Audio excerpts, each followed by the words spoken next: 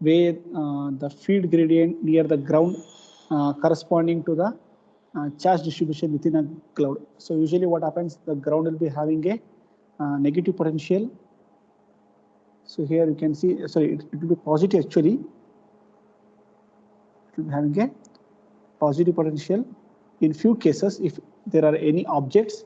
If there are no objects, then it will be a negative potential. If I am referring with respect to ground without any object or any trees or any structures, okay, then we say it will be a negative potential only. So that can be seen very clearly, and we can understand how actually the charge will form. So that is with respect to this diagram.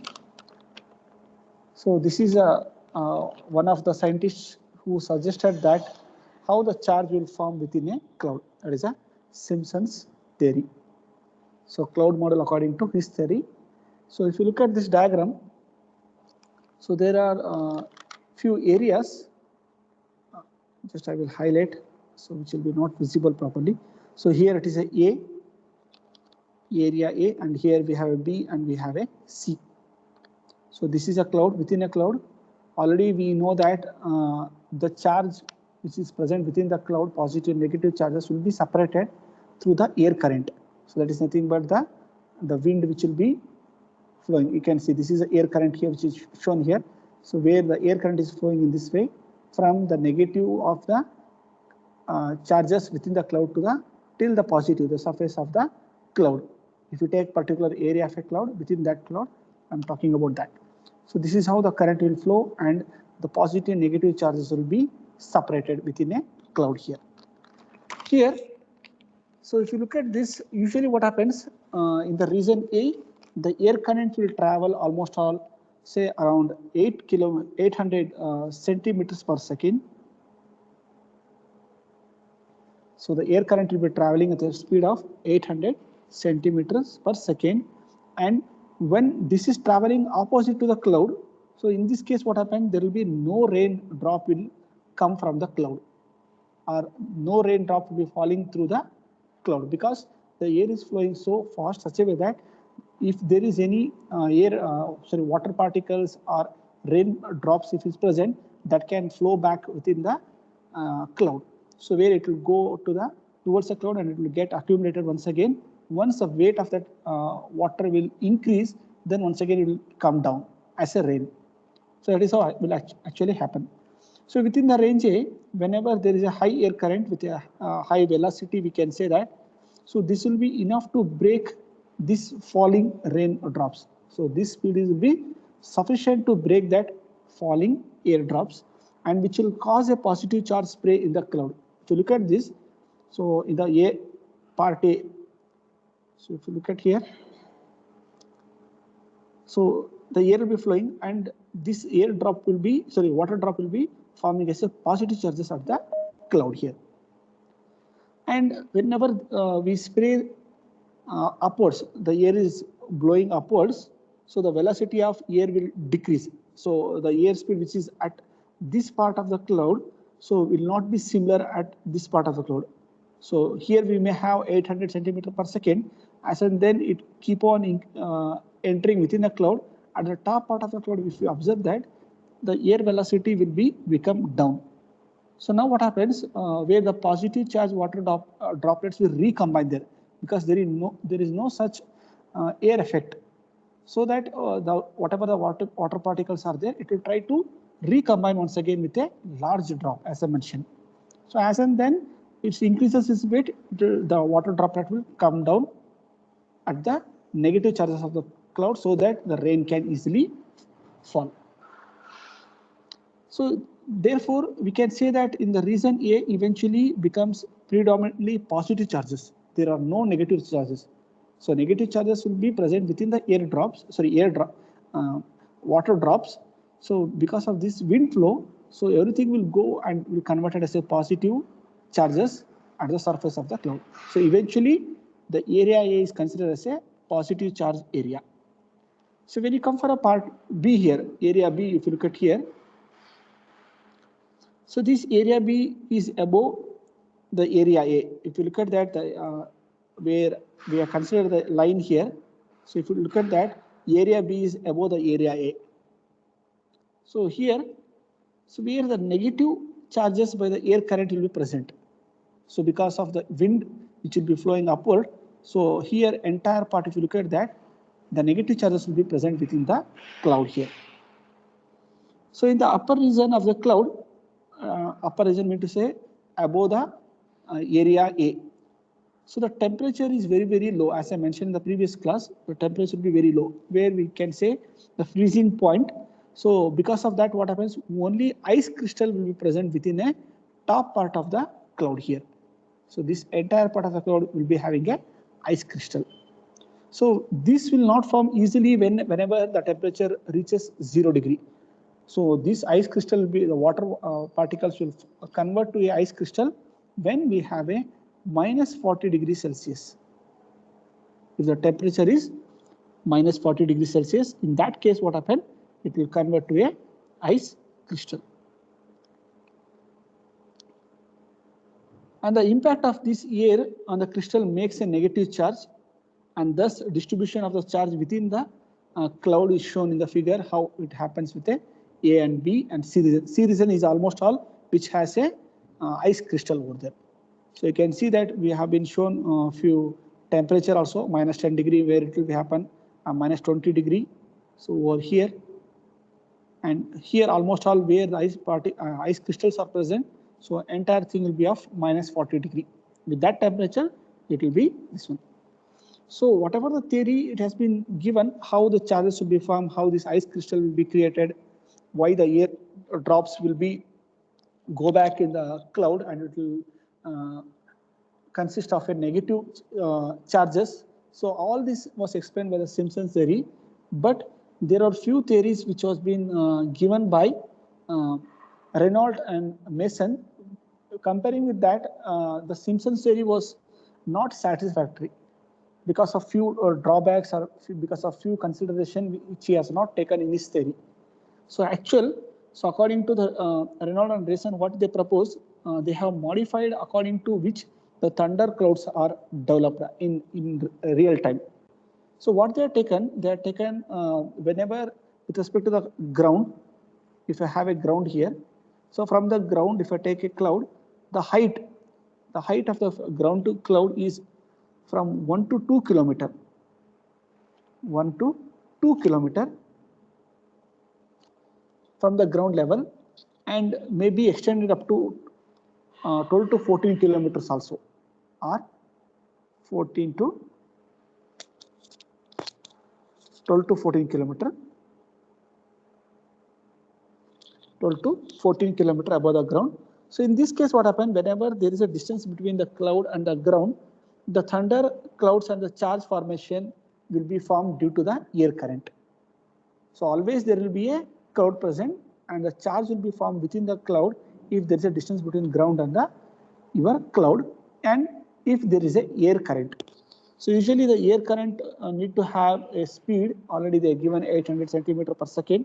In few cases they may take in terms of meter per second also, which is almost all about 20 meters per second.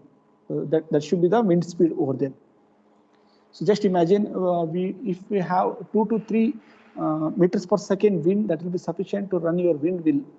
Just imagine if they require 20 meters per second, what will be the wind speed over there to form a charges within the cloud.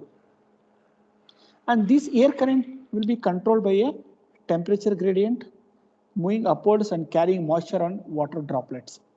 So as I mentioned in the Simpsons also, that theory holds good there. So air current will be responsible for carrying a moisture and water droplets at within the cloud.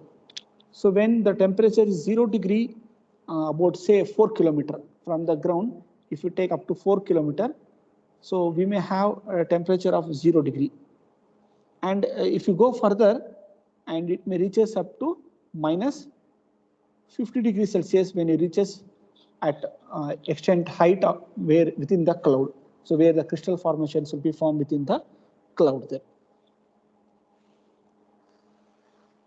And these water droplets which is present within the cloud will be get super cooled over the range of height and the temperature. So as I mentioned, within the 4 kilometers, the temperature is 0 degree. If you go further 14 kilometers or 15 kilometers, beyond 12 kilometers or 14 kilometers, what happens? The temperature will be getting decreased, that will be minus 50 degree, where we say that we have a super cooled water droplet present within that because of the height and because of the temperature within the cloud. And the freezing occurs and the crystal grow into the large masses. So whenever there is a huge amount of temperature is present with the height of your cloud, what happens? There will be the ice crystals will be formed in a huge form. So that's the reason if you look at that, whenever there is a we expect that rain. If you look at the cloud, the clouds will be formed very huge, right? So where within the cloud will be having a crystal formation. The ice crystal will be formed in a large form. And we also say sometimes splinters. It's once again the same thing. So where it is a large object of your ice crystal. So it won't be a small crystal. It will be very large ice crystals over there. So according to Masons and Reynolds, they suggested few parameters. So we'll see one by one. So with respect to Mason's theory, here it is missing. So according to Mason's theory, what he said that the ice splinters should carry only positive charges upward. So which you can see in the diagram here. So only the positive charge need to carry from the air current within the cloud. And there will be a concentration of charges within this cloud will be that is your hydrogen ions, that is H plus, and we have a hydroxide OH minus. So this is a concentration of charge which will be present within the cloud.